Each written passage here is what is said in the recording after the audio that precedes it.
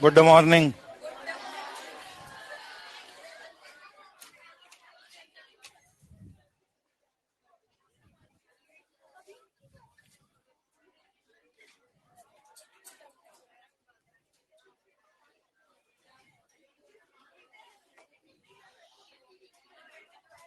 Test की तैयारी हो गई? अब तो कर लो। क्या टाइम वही है, 2 से 5 है?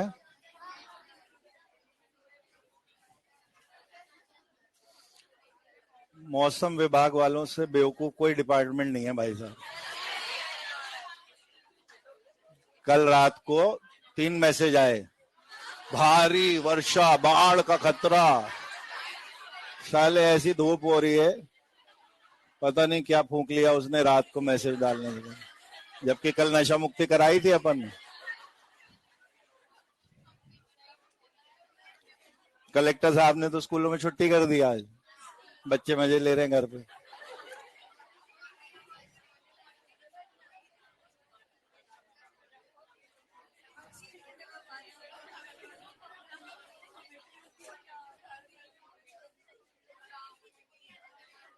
तुम लोग भी तो बोला होगे नाव वाले को, भैया आ जाना नाव लेके। नहीं बोल के आए क्या? अब आ गई अगर दोपहर तक तो फिर कैसे जाओगे? तैर तैर के?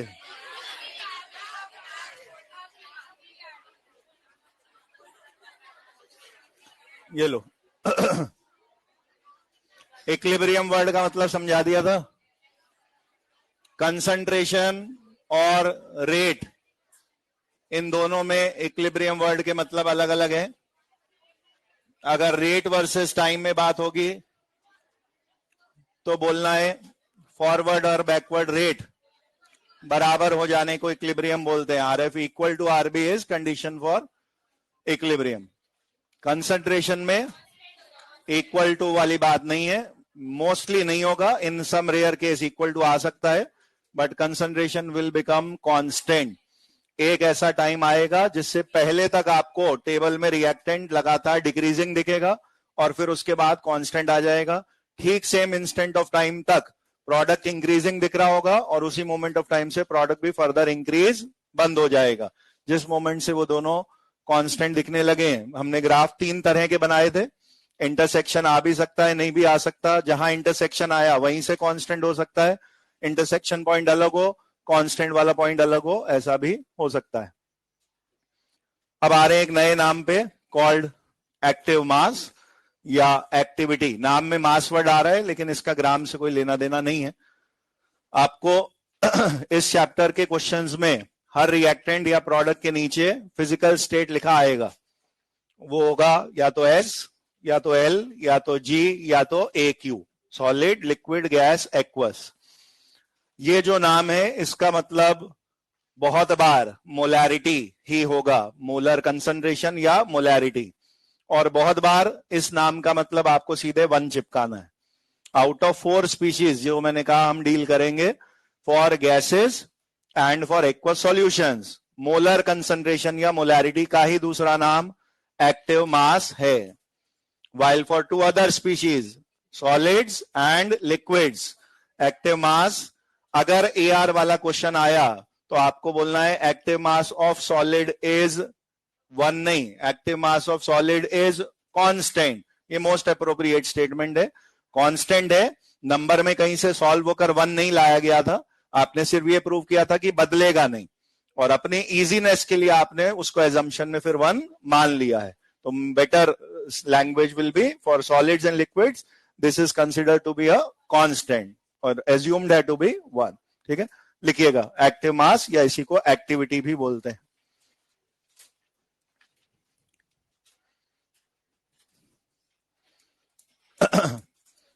it is the number of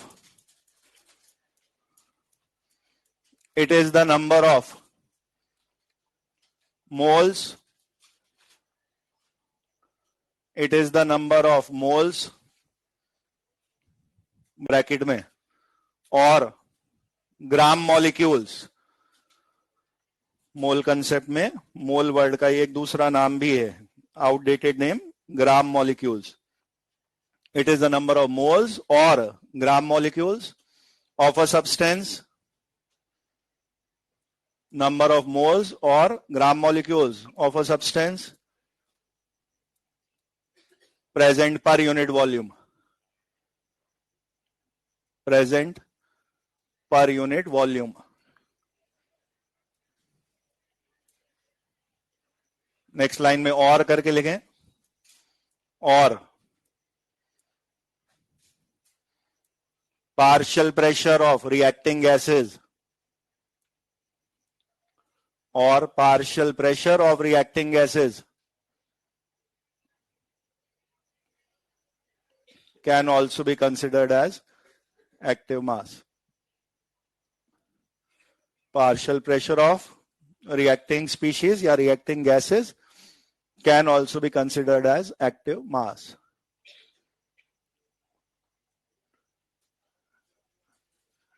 It is denoted by square bracket symbol बना दें एक्टिव मास को डिनोट करने के लिए.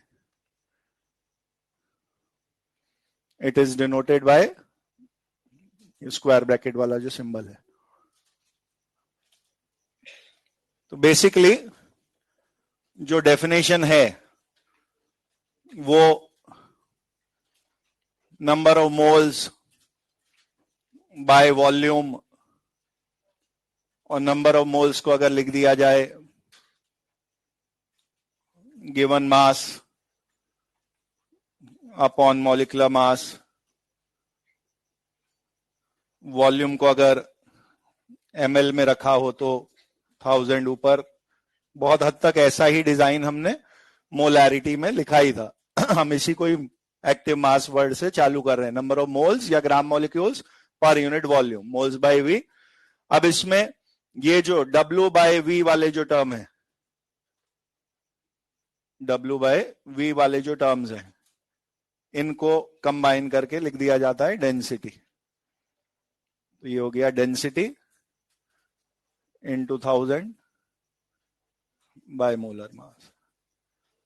ऐसा लिख के हम छोड़ दे रहे हैं.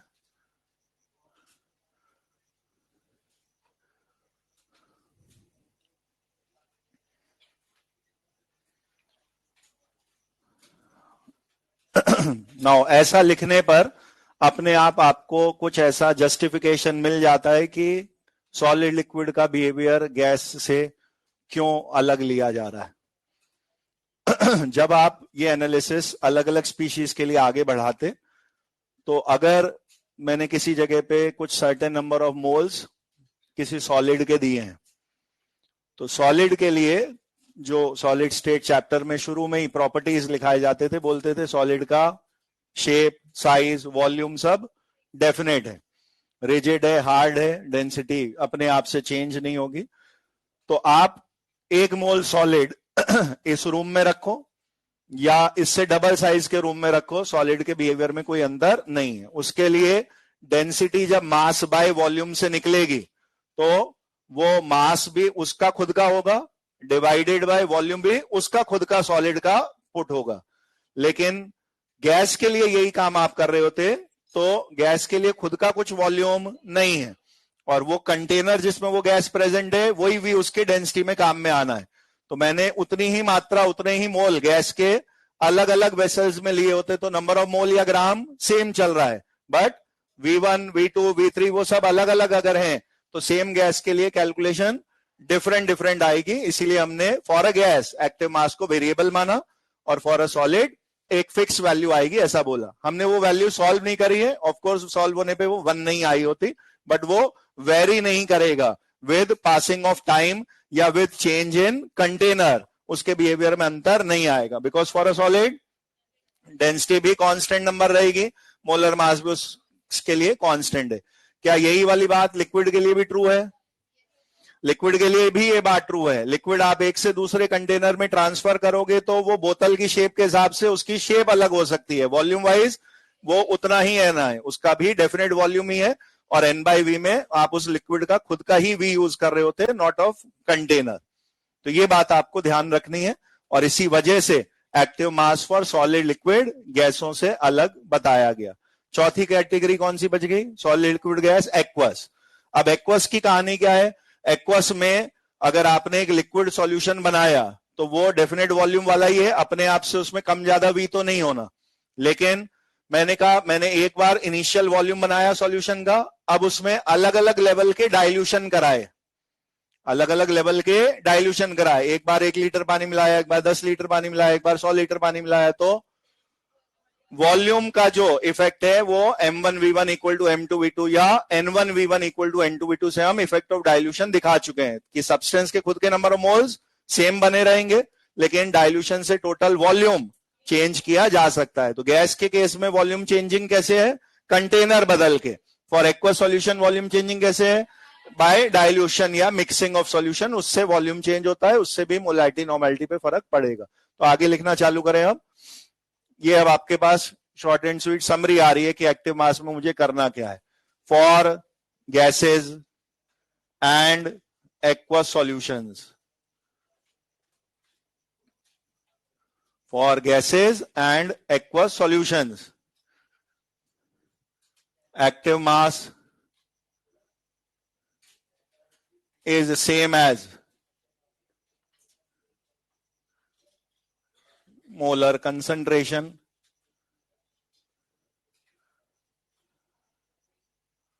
और molarity।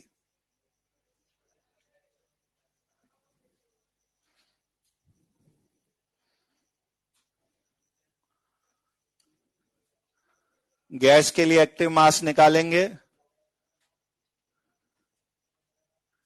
तो n बाई वी करने के समय V of the container use में आ रहा होगा,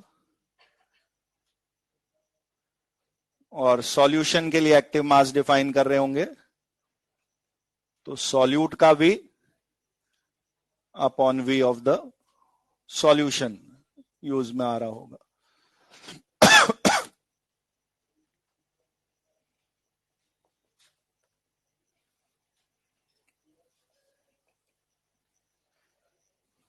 लेकिन अगर हमारे पास प्योर सॉलिड या लिक्विड सब्सटेंस है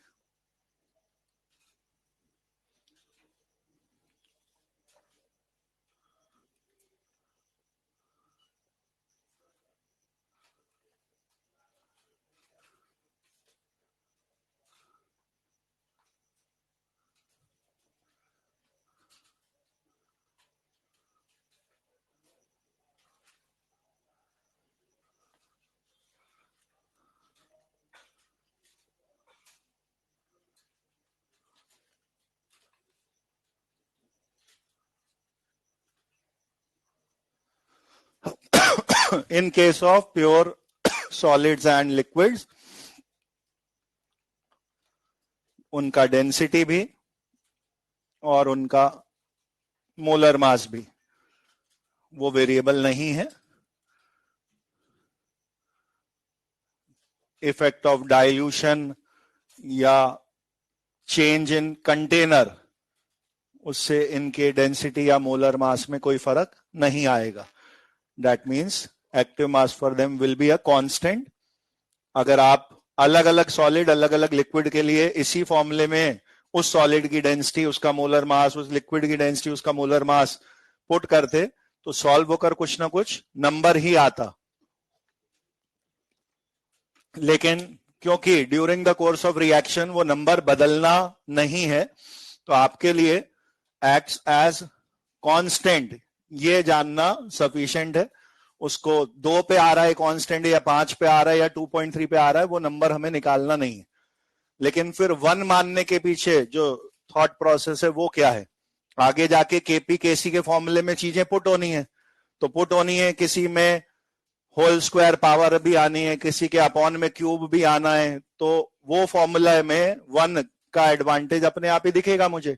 मैं वो चीज ऊपर लिखूं नीचे लिखूं किसी भी पावर के साथ लिखूं, 1 वो आपकी कैलकुलेशन इजी कर रहा था। तो 1 का रीजनिंग तो केवल मैथमेटिकल इजीनेस है।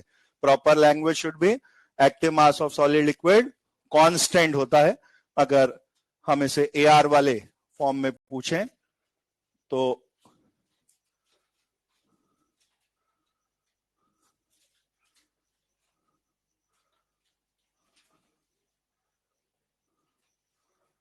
इज कांस्टेंट इवन इफ अगर वो AR वाला क्वेश्चन है तो इज यूनिटी लिखने पे भी आप उसे करेक्ट ही बोलेंगे, इनकरेक्ट नहीं। बट अगर 4 ऑप्शन में से मोर करेक्ट वाला ढूंढना है तो इज कांस्टेंट बेटर माना जाएगा इज यूनिटी के बजाय। अगर ये AR वाला है तो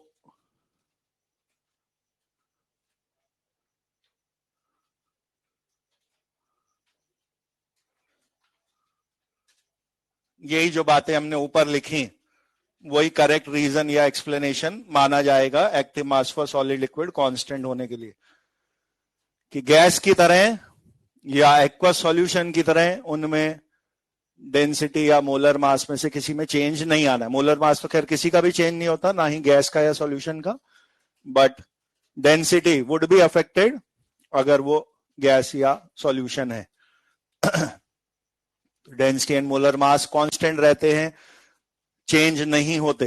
यही करेक्ट एक्सप्लेनेशन या रीजन मानेंगे। अल्टीमेटली आपके लिए सिंपल सीधी समरी ये है कि क्वेश्चन में कभी भी एक्टिव मास निकालने को बोला जाए या आगे आप फॉर्मूले में एक्टिव मास कहीं रखेंगे तो हमने रेट लॉ जब काइनेटिक्स में पढ़ा था R equal to K A की पावर X B की पावर Y, तब तक केमिकल काइनेटिक्स में इस स्क्वायर डिब्बों का मतलब मोलैरिटी ही चल रहा था।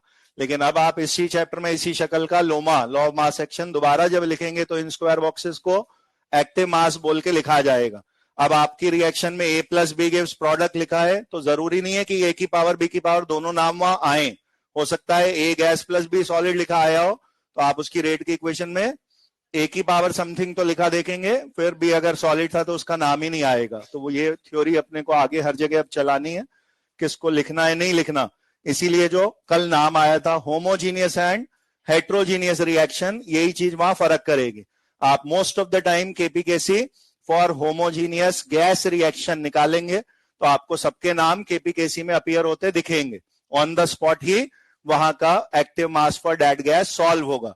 बट इन रेयर क्वेश्चंस बीच बीच में एक आध बंदा सॉलिड लिक्विड आएगा और उसको एक्टिव मास 1 बोल के आप फॉर्मूले से गायब देखोगे। प्रैक्टिकली स्पीकिंग वो फॉर्मूले में है, लेकिन फॉर्मूले में होने के बाद वो लिखना बनी था तो आपको लिखना नहीं लिखना एक ही बराबर हो जाएगा।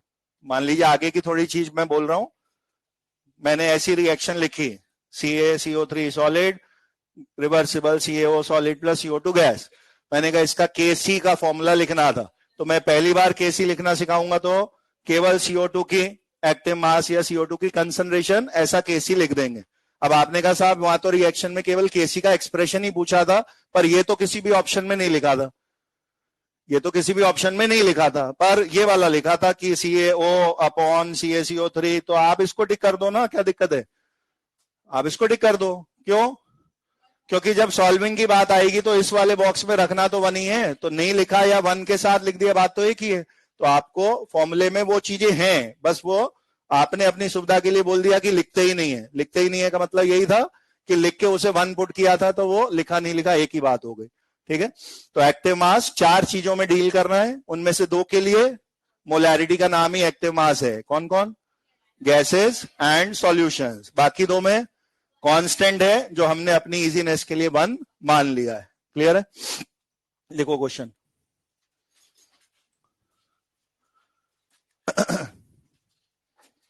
Find active mass for the following. Find active mass for the following. पहला 2.2 ग्राम CO2, 2.2 gram CO2 in 250 ml vessel, 2.2 gram CO2 in 250 ml vessel. B point B point CH4 having density equal to 0.08 ग्राम पर cm cube. Methane CH4 having density equal to 0.08 ग्राम पर centimetre cube. और C point है 5.85 ग्राम, 5.85 gram NaCl in 2 litre container. 5.85 gram NaCl in 2 liter container.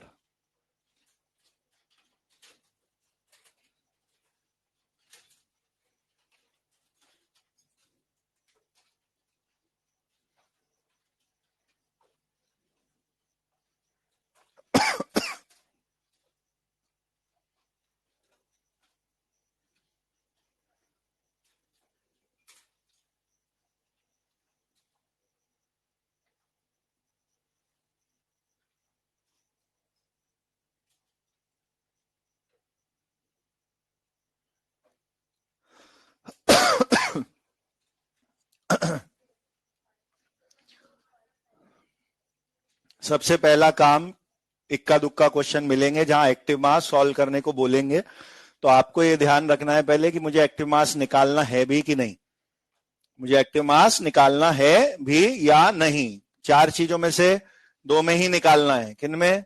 अगर वो gas है या aqua solution है तो मोलैरिटी आपको टाइप सॉल्व करनी है, और वो नंबर ऑफ मोल्स या ये वाला जो कैलकुलेशन है इससे आप एक्टिव मास निकालोगे। अगर दी गई चीज कोई प्योर सॉलिड लिक्विड है तो डेटा का वहां कोई काम नहीं होगा, सीधे आप 1 आंसर चिपकाएंगे। कहां के लिए बोल रहा हूं मैं ये बात? वो 1, 2, 3 में से थर्ड केस में माहौल पूरा बना के दिया गया है कि आप 5.85 ग्राम के भी मोल निकाल सकते हो, वॉल्यूम नाम से भी कुछ दे रखा है, लेकिन वहां कैलकुलेट कुछ भी नहीं करना है। NaCl इज अ सॉलिड, सीधे 1 ही बोलना है आंसर। बाकी दोनों केस में सॉल्व कर सकते हो आप। CO2 गैस है, इसलिए CO2 के लिए एक्टिव मास का मतलब मोलैरिटी से ही है। ये आपने सॉल्व किया, कितने ग्राम थे? 2.2, तो 2.2 बाय 44 मोल्स हैं, और 250 बाय 1000 वॉल्यूम इन लीटर है।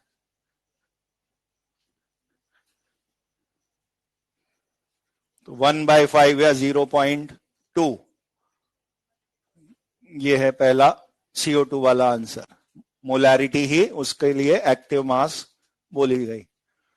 दूसरे केस में भी मीथेन या CH4 इज अ गैस, तो स्टिल आपको मोलैरिटी ही निकालनी है, या फिर एक दूसरा फॉर्मूला था D into 1000 by molar mass. Gram per ml या ग्राम पर सेंटीमीटर क्यूब एक ही बात है। वो थे 0.08, 16,000 मल्टीप्लाई, ये आपके लिए एक्टिव मास आएगा 5।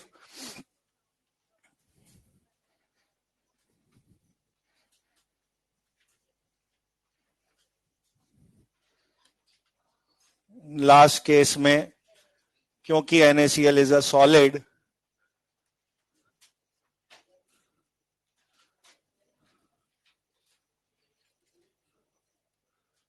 तो वहां का आंसर डायरेक्टली 1 है। दी गई ग्राम या वॉल्यूम वगैरह का वहां कोई यूज नहीं है, जस्ट फॉर कंफ्यूजन वो चीज आपको दी गई है। और उस थर्ड पार्ट की लैंग्वेज अभी लिखी हुई थी 5.85 gram NaCl in 2 litre container. थोड़ा सा लैंग्वेज बदल के बोला गया होता 5.85 gram NaCl dissolved in water to form 2 litre solution, तो फिर सॉल्व होगी वापस मोलैरिटी। फिर आप 5.85 से मोल्स और जितना सॉल्यूशन का भी है मोलैरिटी आ जाता। अभी की लैंग्वेज में कंटेनर 2 लीटर का है और उसमें NaCl पड़ा है, तो इसको आप सॉल्यूशन नहीं बोल सकते, वो सॉलिड NaCl मानते हुए आपको उसका आंसर तब 1 दे देना है। यहां पे लिख दीजिए, in case of NaCl dissolved in water to form solution,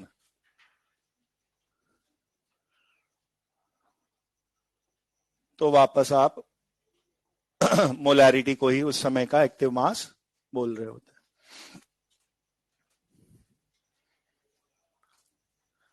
most of the time 1 वाली जो सिचुएशन होगी वो क्वेश्चन वाला रिएक्टेंट प्रोडक्ट में कहीं ना कहीं SCl लिख के दे ही रहा होगा। इक्का दुक्का क्वेश्चन ऐसा हो सकता है कि आपको वो फिजिकल स्टेट खुद याद होनी चाहिए, जैसे NaCl के केस में क्वेश्चन में लिखा नहीं आया है, but NaCl is a solid. हमें दो चार नाम जो अपने चैप्टर में काम में आएंगे जिनका सॉलिड होना आपको याद रखना है। एक है कैल्शियम कार्बोनेट वाली रिएक्शन, CaCO3 सॉलिड है और बनने वाला CaO भी सॉलिड है। क्वेश्चन वाला लिखना भूल भी जाए तो आपको ये दोनों सॉलिड हैं, याद रखने हैं। ऐसे ही एक रिएक्शन है जिसमें सोडियम नाइट्रेट NaNO3 दिया गया है। आईओसी में आप रिएक्शन पढ़ेंगे कि NaNO3 गर्म करने पे NaNO2 और O2 में टूटता है। Sodium nitrate converts to sodium nitrite, NaNO2 plus O2। इसमें भी मॉड्यूल में क्वेश्चन में NaNO3 और NaNO2 नाम तो दिए हैं, लेकिन लैंग्वेज में लिखा हुआ आया है क्वेश्चन कि NaNO3 converts into NaNO2 and O2 on heating. वहां फिजिकल स्टेट नहीं लिखी, लेकिन उस क्वेश्चन का आंसर इस बात पे निर्भर कर रहा है कि कौन किस फिजिकल स्टेट में है। तो again these two compounds are solid. एक पर्टिकुलर क्वेश्चन में ये यूज में आना है, इसलिए मैंने यहां लिख दिया। सबको नाम पढ़ के अपन ही रट के बैठ जाए ऐसा इन जनरल होगा नहीं, वहां कुछ ना कुछ मेंशन आता है मोस्टली।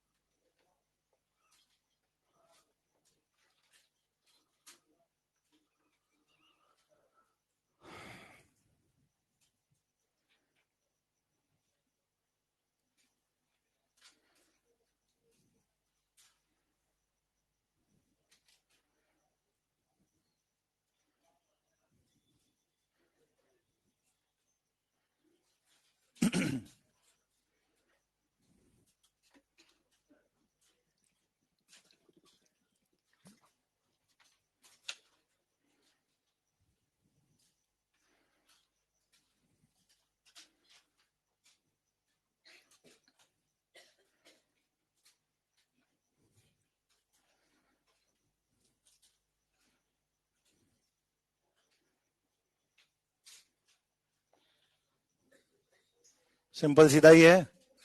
तीनों चीजें गैसेज हैं, N/V N/V N/V, वही मोलैरिटी उनका एक्टिव मास होती। रेशियो लेने के समय VVV गए रेस से बाहर, W/M बचता, W भी उसने सेम फॉर ऑल बोला ही है, तो आपको इनवर्सली टू मॉलिक्यूलर वेट बस वो दिखेंगे 4:2:1 ये आ जाएगा।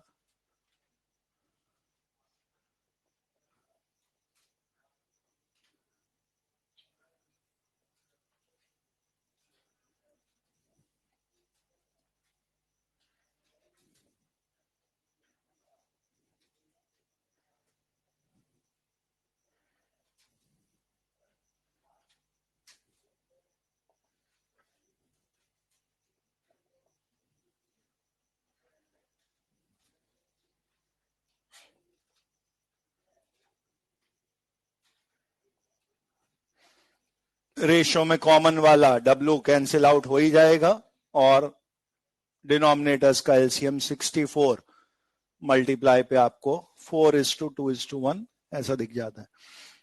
आमतौर पे हम कोई रेशो के क्वेश्चन का आंसर लीस्ट इंटीजर्स पे ही दे रहे होते हैं। अपने मॉड्यूल के क्वेश्चंस में एक क्वेश्चन ऐसा है जिसमें 3 ग्राम H2, 28 ग्राम N2 ऐसे कुछ कुछ डेटा दिए हैं। तो वहां पे अलग अलग जो मोल्स आ रहे हैं उसमें से किसी के मोल है 0.5, किसी के 1, किसी के 1.5, इस तरह से। तो लॉजिकली स्पीकिंग तो जो सबसे छोटा है उससे सब में दोबारा डिवाइड करके इंटीजर्स में लिख देना चाहिए था। उन्होंने जो बड़ा वाला कोई नंबर है उससे सब में डिवाइड कर रखा है। तो आपको किसी किसी जगह पॉइंट में आंसर दिखेगा, वो ऑप्शन देख के आप समझ सकते हैं। ट्रेडिशनली हम रेशियो मिनिमम इंटीजर्स पे खत्म करते हैं, बट वैसा ऑप्शन में अपने को नहीं मिले। जैसे 4:2:1 है, अब मैं इसको एक बार फिर से 4 का डिवाइड मार दूं तो इस जगह 1 दिखने लगता, यहाँ 0.5 दिखने लगता, यहाँ 0.25 लिखने दिखता। तो वो ऑप्शन रीअरेंज करके वो वाला ऑप्शन आप ढूंढ लेंगे अगर 4:2:1 नहीं होता वहां। ठीक है, तो एक्टिव मास वर्ड का मतलब क्लियर हो गया सबको। अपने लिए आगे केपीकेसी के क्वेश्चंस में ये बात मैटर करेगी कि हमें हर चीज का नाम ऑन द स्पॉट सॉल्व नहीं करना है। गैस है या एक्वा सॉल्यूशन है, मोलैरिटी का ही दूसरा नाम एक्टिव मास था। बाकी दो लोग हैं सॉलिड लिक्विड, उनके लिए कांस्टेंट था जो हमने अपनी सुविधा के लिए 1 माना है। ठीक है।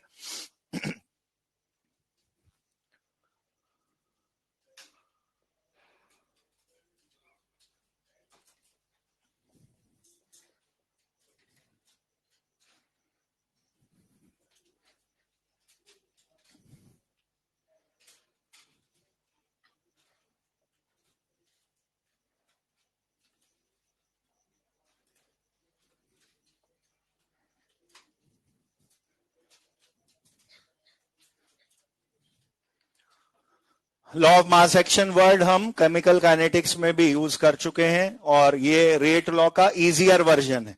रेट लॉ की सिचुएशन में जब R इक्वल टू के, ए की पावर बी की पावर कुछ कुछ लिखा था, तो वहां पावर हमने एक्स एंड वाई यूज किए थे काइनेटिक्स में, और वहां साथ में लिखा था these X and Y may और may not be equal to respective stoichiometric coefficient. ये उसका आसान वाला वर्जन है।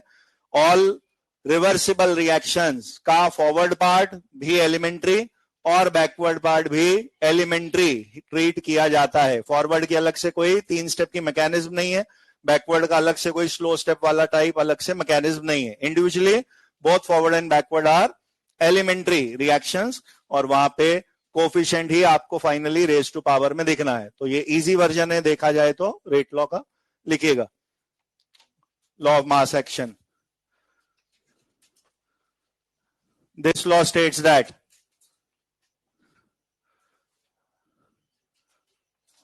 this law states that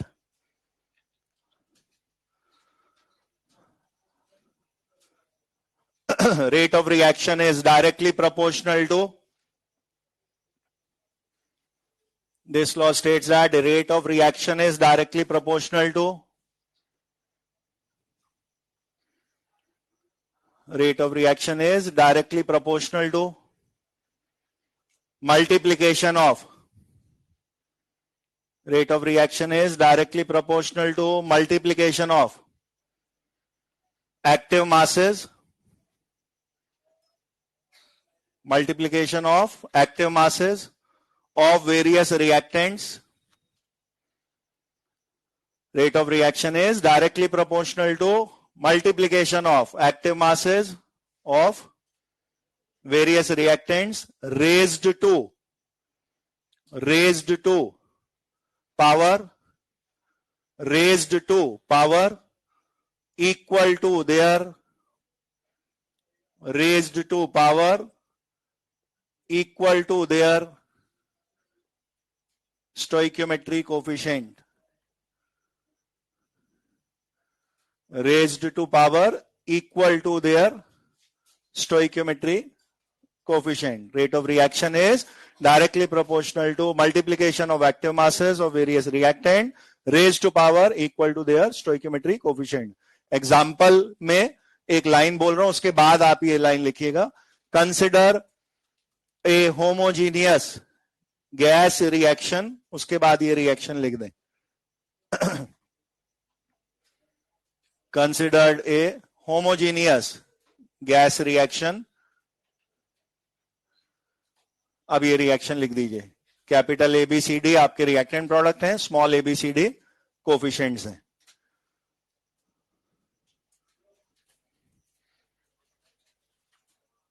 simple सीधा सा है, रेट लॉ जैसी ही डिजाइन आपको लोमा में मिलने वाली है। मैंने कहा अगर ये एक रिवर्सिबल रिएक्शन है जिसमें सारे लोग गैस हैं, मुझे एक्टिव मास 1 का झंझट अभी नहीं दिखाना, सबके नाम मुझे दिखाने हैं। तो for a homogeneous gas reaction जो कि इस डिजाइन की है, फॉरवर्ड रिएक्शन के समय मुझे क्या क्या करना है। फॉरवर्ड वाले रेट का नाम मैंने RF अगर रखा तो लॉ कह रहा है इज डायरेक्टली प्रोपोर्शनल टू जो उस दिशा के रिएक्टेंट है उनके एक्टिव मास का मल्टीप्लाई उन पे वही पावर जो उनका कोफिशिएंट है। तो RF की प्रोपोर्शनैलिटी A की पावर स्मॉल a और B की पावर स्मॉल b पर लिखी जाती, या कंबाइंड में एक ही बार में इसको लिख देंगे तो ऐसा आपके पास एक इक्वेशन बन जाता। फॉरवर्ड रेट इक्वल टू, यहां के कांस्टेंट का भी सिंबल अलग है, फॉरवर्ड रेट कांस्टेंट इसको बोला जाता। सिमिलरली इन बैकवर्ड डायरेक्शन, बोलिए, आर बी प्रोपोर्शनल टू, लौटने के समय सी एंड डी वो रिएक्टेंट्स का काम करेंगे, और के का सिंबल भी नया, ऐसा डिजाइन अपने को दिख जाएगा। R backward equal to K backward into C and D की पावर, जो जो उनके कोफिशिएंट्स हैं।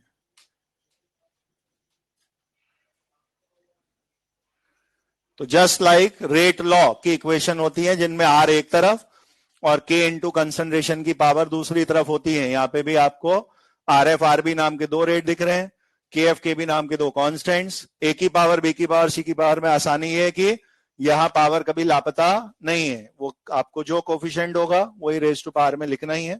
रीजन ये है forward and backward reaction always elementary है।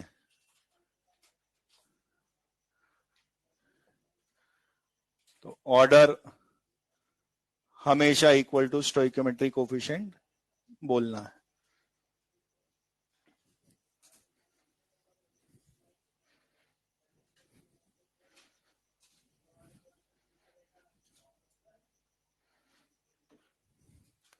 एक्टिव मास 1 वाली कहानी यहां पे भी फर्क दिखाई जा सकती है। अगर मैं आपको अब इस रिएक्शन में ए को सॉलिड बोलूंगा तो वो ए वाला नाम यहां दिखेगा ही नहीं आपको। ये एक्टिव मासेस हैं जो आर एफ आर बी में आ रहे हैं, जो वेरिएबल है गैस या एक्वस वाला वही आपको आर एफ आर बी में अपीयर होता दिखेगा। Anything which was a solid liquid वो इसमें भी नहीं आया होता। ऐसा नहीं है कि वो बाद में जाके केपी केसी में नहीं लिखेंगे, शुरू से ही वो गायब ही दिखेगा।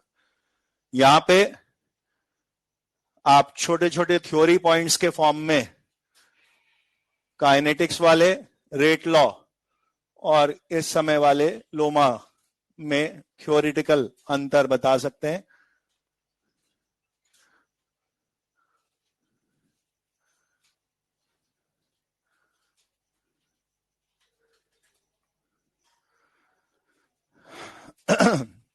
जैसे ऑर्डर के बारे में काइनेटिक्स में लिखते थे कि बैलेंस रिएक्शन देखकर ऑर्डर का गैस नहीं मारते, ऑर्डर इज एक्सपेरिमेंटल। वही कहानी लोमा और रेट लॉ में भी है।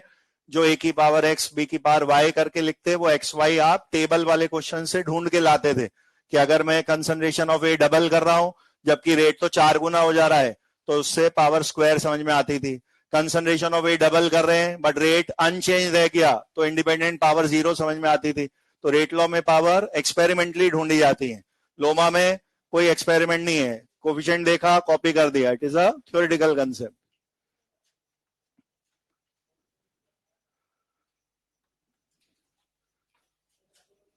रेट लॉ के समय आपने सिंगल स्टेप रिएक्शंस यानी एलिमेंट्री के भी रेट लॉ और ऑर्डर निकाले थे, और मल्टी स्टेप में स्लो स्टेप आरडीएस देख के कॉम्प्लेक्स रिएक्शन का भी रेट लॉ निकाला था। लेकिन लोमा सबके लिए नहीं है, ओनली फॉर एलिमेंट्री ही लगाना है। और फाइनल पॉइंट वो है ही सही, ऑर्डर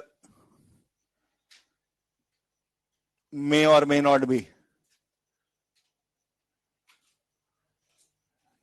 इक्वल टू कोफिशिएंट, जबकि लोमा में order always equal to stoichiometric coefficient.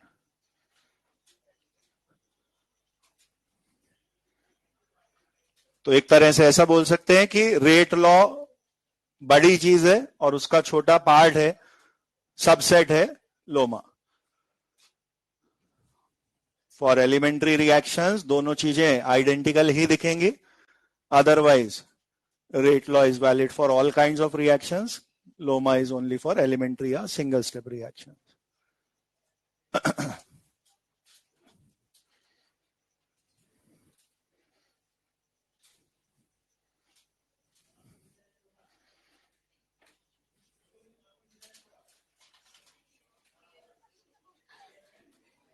क्या हो गया?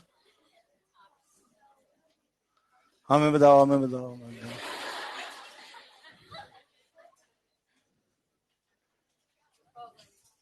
फ्रॉग वाले सर आए थे? अच्छा, उधर का सुन के इधर हंस रहे हो तुम?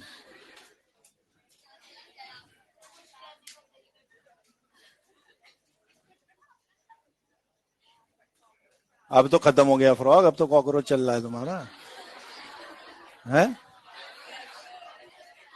इतना पढ़ते हो तुम कॉकरोच के बारे में, फिर भी डरते रहते हो, हैं? नहीं डरते?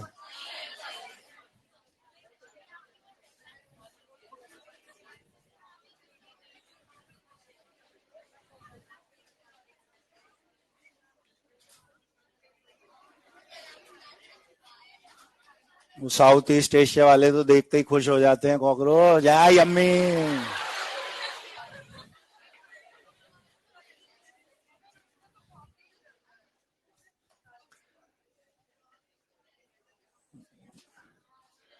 जैसे अपने यहाँ किसी पिकनिक स्पॉट पे जाते हैं तो वो ऐसा ठेला या वो कई बार स्टैंड लेके खड़ा रहता है ना, भेलपुरी चना जोर गरम वाला, तो आपको कागज में रोल करके ये वाली डाल दो, चने डाल दो, मूंगफली डाल दो, हाँ भैया प्याज थोड़ी एक्स्ट्रा डाल दो, ऐसे आप कस्टमाइज अपनी भेल बनवा सकते हो। तो साउथ ईस्ट एशिया जब हम एक बार गए भ्रमण करने, तो वहां पे मार्केट में ऐसी चाट मिल रही थी, उसके पास जो है वो एक वुडन कंटेनर था जिसमें 9 खाने थे। उस 9 खाने में जो है कि क्या क्या डलवाना है आपको, केचुए, कॉकरोच, बिच्छू, ऐसे 9 तरीके के बग्स थे, और उसमें लोग कस्टमाइज कर करके कि ये वाला डाल दो, ये वाला डाल।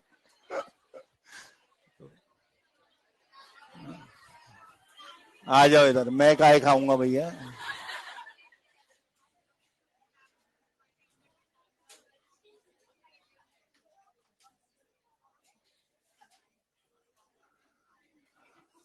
जो लोमा पढ़ने का अपना पर्पस है वो है ओरिजिनेट करना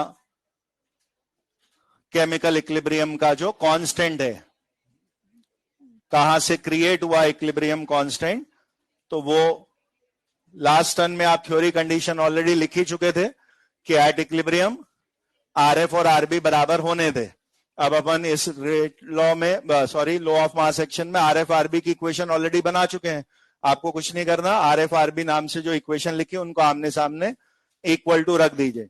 अब याद करिए, पहले कभी जहां आरडीएस में इंटरमीडिएट आया तो इंटरमीडिएट को रिवर्सिबल स्टेप से हटाएंगे, ये सब सीखा था, तो वहां पे के ई क्यू, के इक्विलिब्रियम करके हमने डिफाइन किया था।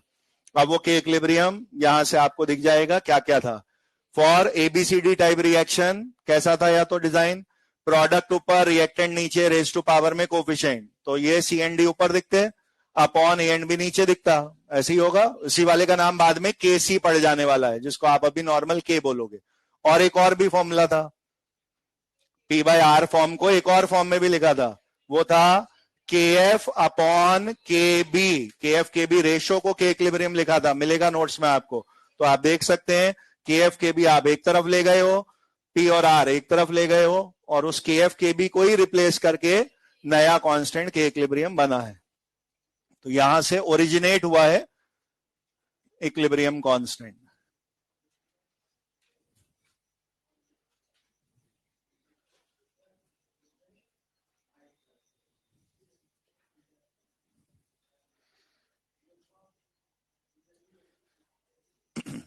काइनेटिक्स में जरूरत पड़ने पे आप ये के ई क्यू, के एफ अपॉन के बी को बोलते हैं, ऐसा पहले लिख चुके हैं।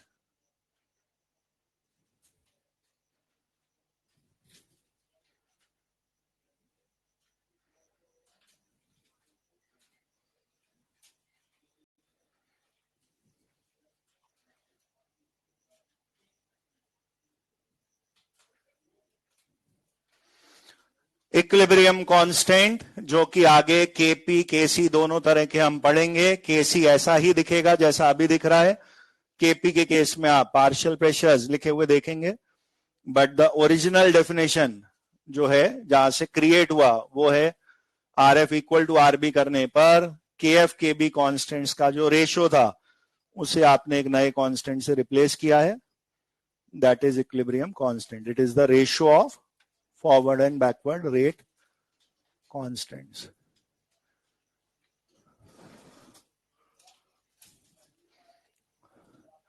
अभिषेक सर को पार्टी दे देना. सही है इस बार खबर उनकी. राखी की छुट्टी है भैया.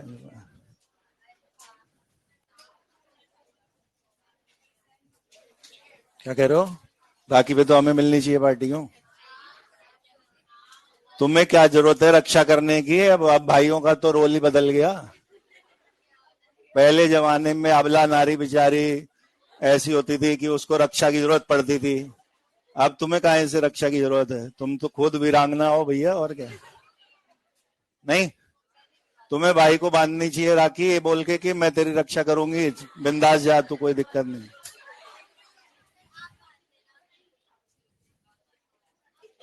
क्या है? किसी को रक्षा की जरूरत है? क्यों? अरे मम्मी वाला अलग है. वो तो भाई थोड़ी ना रक्षा करेगा मम्मी से पिटाई में. बाहर समाज में रक्षा करनी है. घर की घर परिवार के लफड़े में थोड़ी ना. वहां तो पिटाई हो सकती है तब. हाँ भाई, लिख लिया ये सब. इक्विलिब्रियम कांस्टेंट यहां से क्रिएट हुआ था लॉ ऑफ मास एक्शन से. जो किसी हाइपोथेटिकल रिएक्शन के आपने आर एफ आरबी के एक्सप्रेशन क्रिएट करे, for that reaction R F R B equilibrium पे बराबर हो जाते हैं. इक्वेट कर दीजिए दोनों को और वहां से जो दोनों कांस्टेंट्स हैं के एफ के बी कौन से वाले हैं? केमिकल काइनेटिक्स वाले. आर्हेनियस इक्वेशन में ये वाले के ही हैं जिन्हें आपने कैटलिस्ट और टेम्परेचर पे डिपेंड करता है वाली बात बोली थी. तो के एफ के भी पुराने वाले रेट कांस्टेंट्स हैं और उनकी रेशियो को नए के इक्विलिब्रियम नाम से हमने रिप्लेस किया है. सबसे पहली थ्योरी चीज पूछी जा सकती है, equilibrium constant is always unitless. ऐसी जवाब आएगा कि it is a ratio of, तो गलत हो जाएगा. आई क्या? के एफ के बी की यूनिट क्या थी? के एफ के बी की यूनिट थी काइनेटिक्स में कुछ mole 1 minus N litre N minus 1 time inverse. वहां पे एन है ना. वो एन कौन था? ऑर्डर. तो ये ए प्लस बी वाला ऑर्डर फॉरवर्ड में पुट होगा, ये सी प्लस डी वाला ऑर्डर बैकवर्ड में पुट होगा. ये दोनों सेम आने जरूरी नहीं है. तो के एफ के बी की यूनिट कैंसिल हो ऐसा जरूरी नहीं है. तो के equilibrium may be unitless, may not B unitless. जैसे इस फॉर्मूले में ही देख लो ना आप, जब एक्चुअल रिएक्शन में यहाँ पावर आएंगी तो ऊपर नीचे की पावर परफेक्टली सेम होके कट जाए जरूरी थोड़ी ना है. यहाँ पे एक और दो पावर आ रही हो, यहाँ पे एक और एक आ रही हो, तो आपका कुछ ना कुछ बच भी सकता है. यहाँ लिखिए स्टार मार्क बना के, K F comma K B have, K F comma K B have order dependent units.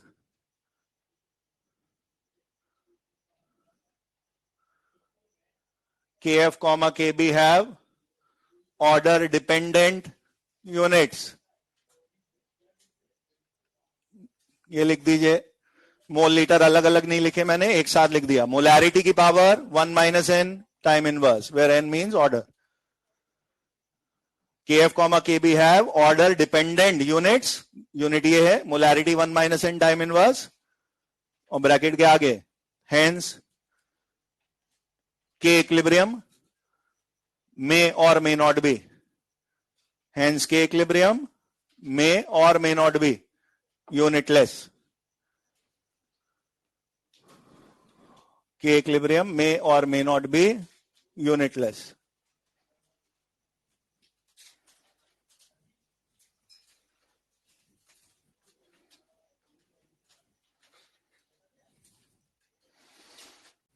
लिखें question.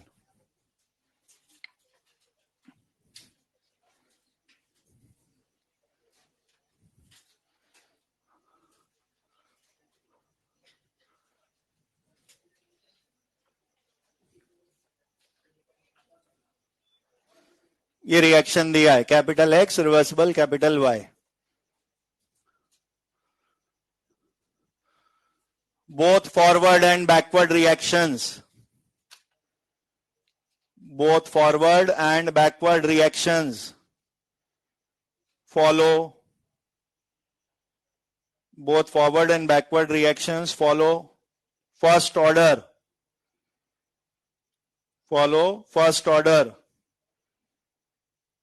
with half lives of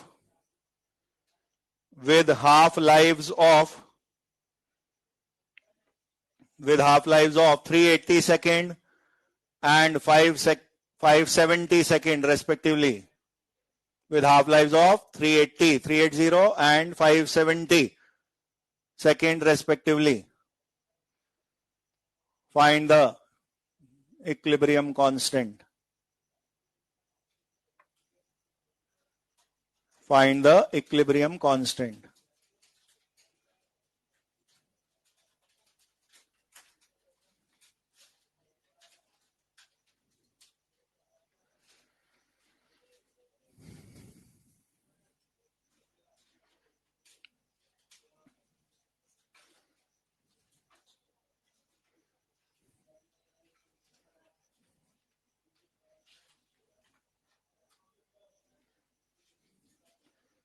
First order T half 0.693 by K.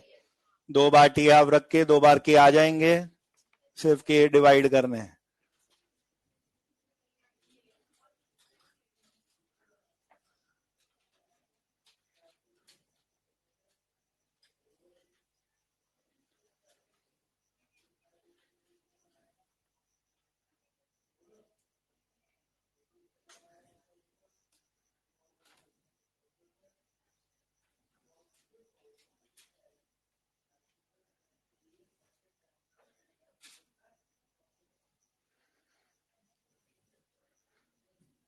Three by two या 1.5 इस बार unitless ही आएगा.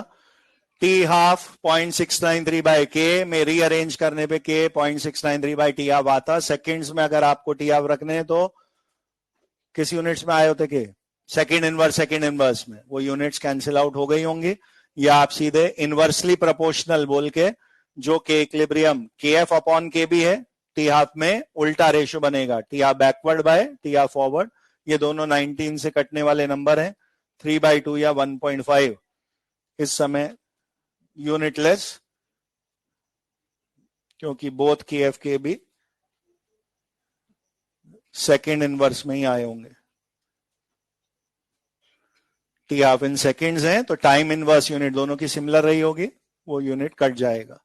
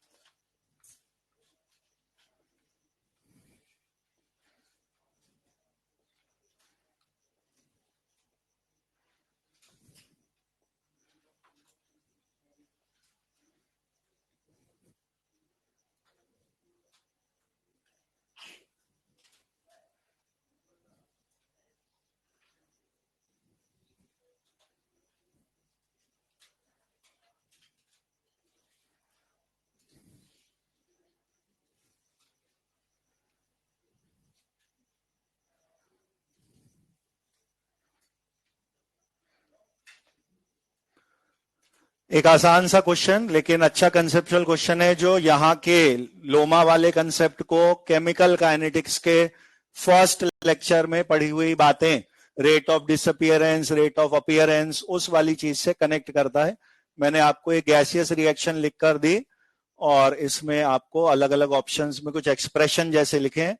इनमें से correct expression हमें ढूंढना है जो कि net rate of disappearance of NO2 को शो करे. अब यहां सबसे पहला काम ये है कि अगर वर्ड नेट यूज हो रहा है और समथिंग माइनस समथिंग फॉर्म में एक्सप्रेशंस लिखे हैं, तो आपको ऐसा मानना है कि ये रिवर्सिबल रिएक्शन अभी इक्विलिब्रियम पर पहुंची नहीं है। अभी ये रिवर्सिबल रिएक्शन इक्विलिब्रियम पर पहुंची नहीं है। ऐसा क्यों बोल रहा हूं मैं? क्योंकि वो जो रेट वर्सेस टाइम पिछले टर्न में ग्राफ बनाया था, उसमें आफ्टर अ सर्टेन टाइम दोनों जुड़ गए थे। फिर आपने बिफोर, एट, आफ्टर 3 बार लिखे थे ना आंसर। बिफोर की सिचुएशन क्या लिखी थी? R F not equal to R B है या आर एफ ग्रेटर आरबी है, ऐसे ही तो लिखा था। अभी भी आपकी सिचुएशन में ये माइनस कुछ यही दिखा रहा है कि ज्यादा माइनस कम करके आप कुछ नेट निकाल रहे हो, और अगर इक्विलिब्रियम नहीं आया है तो R F minus R B, ऐसा ही यहां कुछ लिखा होगा। तो ये कॉमन सेंस बेसिस पे आप पहला स्टेप लिखते कि net rate equal to R F minus R B रहा होगा। इसके लिए कोई थ्योरी पढ़ाने की जरूरत नहीं है, ये कॉमन सेंस वाली चीज है। आपने 2 मॉनिटरी ट्रांजैक्शंस करे और मैंने आपसे नेट प्रॉफिट लॉस पूछा होता, अगर आपके एक काम में +1000 आपका प्रॉफिट आया है और दूसरे काम में -600 आपका लॉस हुआ है, दोनों काम आप ही ने किए हैं, मैंने पूछा नेट क्या हुआ, तो आप बोलोगे 1000 आए थे 600 गए थे, नेट 400 की कमाई हुई है। तो वो डिफरेंस लेके तो बता रहे हैं। तो एनीथिंग जहां अपोजिंग टेंडेंसी है, जैसे रिवर्सिबल में फॉरवर्ड बैकवर्ड आ रहे हैं अपोजिट डायरेक्शन, तो नेट वर्ड का मतलब हमेशा डिफरेंस ऑफ बोथ ही होगा और ग्रेटर माइनस लेस ही होगा। बिकॉज अभी इक्विलिब्रियम नहीं आया है, तो आप आर एफ ग्रेटर आरबी मानते हुए ऑप्शन से भी हिंट ले सकते हैं कि ऐसा कुछ सब्ट्रैक्शन यहां हो रखा होगा। अब आप इसमें लोमा लगा दीजिए और मुझे बताइए आर एफ मुझे क्या लिखना है। आगे जाने के समय पे मुझे के का नाम K1 दे रखा है और आगे जाने के समय NO2 आपका रिएक्टेंट है, तो KF वाली जगह तो आया K1 इंटू रिएक्टेंट का नाम है NO2, पावर में NO2 का कोफिशिएंट 2। हो गई आरएफ की इक्वेशन। यही काम बैकवर्ड में कराए। आर बी इक्वल टू, लौटते समय के का नाम के बी था जो यहां बैकवर्ड वाले एरो पे K2 बना हुआ है, इनटू लौटते समय N2O4 आपके लिए रिएक्टेंट काउंट होगा और उस पे पावर 1 है, नहीं लिखी तो भी एक ही बात है। हो गया। अब ये दोनों R F R B R net वाली इक्वेशन में लिख दिए।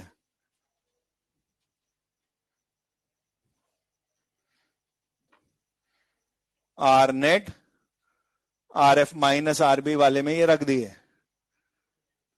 K1 NO2 square minus K2 N2O4, ऐसा हमें सेकंड ऑप्शन में दिख रहा है।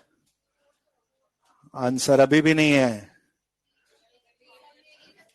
आंसर अभी भी नहीं आया है। ऐसा क्यों? क्योंकि आर नेट जो आप रेट लॉ या लोमा से निकालते हैं, ये आर नेट उसका है ही नहीं जिसका पूछा है। आपने R F R B of the reaction लिखे हैं, R F minus R B से ही R net R O R वाला आर नेट है, नेट रेट ऑफ रिएक्शन। अगर क्वेश्चन वाला आपसे नेट रेट ऑफ रिएक्शन पूछता तो आप सेकंड वाले ऑप्शन को टिक करते। पूछा तो क्या है? Net rate of disappearance of NO2। अब आप बैलेंस रिएक्शन पे जाएं और क्या करना आपने को सिखा रखा है काइनेटिक्स में, हर एक के ROD या ROA में उसके कोफिशिएंट का डिवाइड होने पर तब वो ROR के बराबर बनता है। तो पहला ROD NO2 के लिए डिवाइड बाय हुआ 2 equal to rate of appearance N2O4 divide by 1। अब ये ROR के बराबर है। अगर क्वेश्चन वाला आपसे पूछता find the net rate of appearance of N2O4, तो भी आप यहीं पे रुक जाते क्योंकि ये और ये बराबर है, इंटू 1 ही होना है उधर।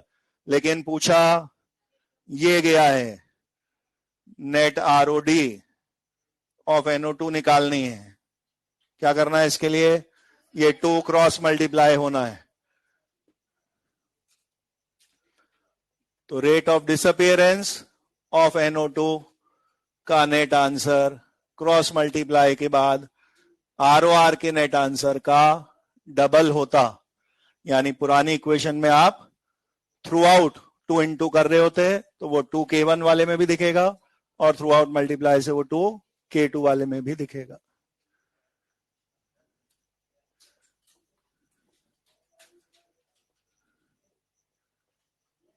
ये क्वेश्चन काइनेटिक्स में भी कराया जा सकता है, लोमा यहां पढ़ लिया तो यहां भी करा सकते हैं।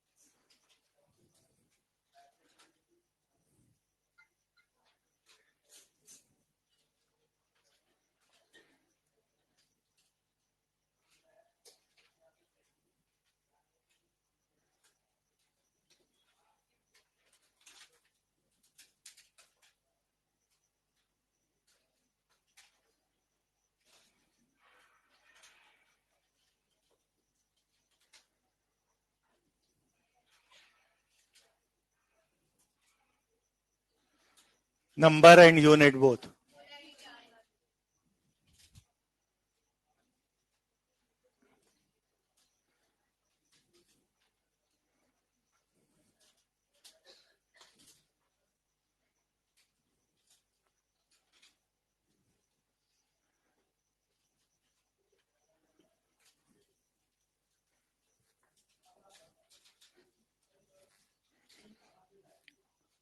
नंबर आराम से आ जाएगा, अगर वो नंबर अलग अलग ऑप्शन में डिफरेंट यूनिट के साथ है तो आप थोड़ा सा यूनिट और देखेंगे तो यूनिट भी आ ही जाएगी।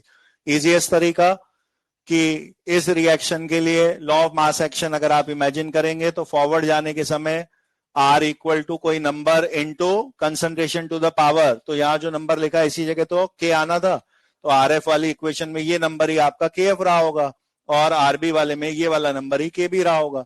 तो ये बाय लोमा अगर आप देखेंगे तो इजीली KF 6 इंटू 10⁻⁻⁴ और KB 3 इंटू 10⁻³ होते।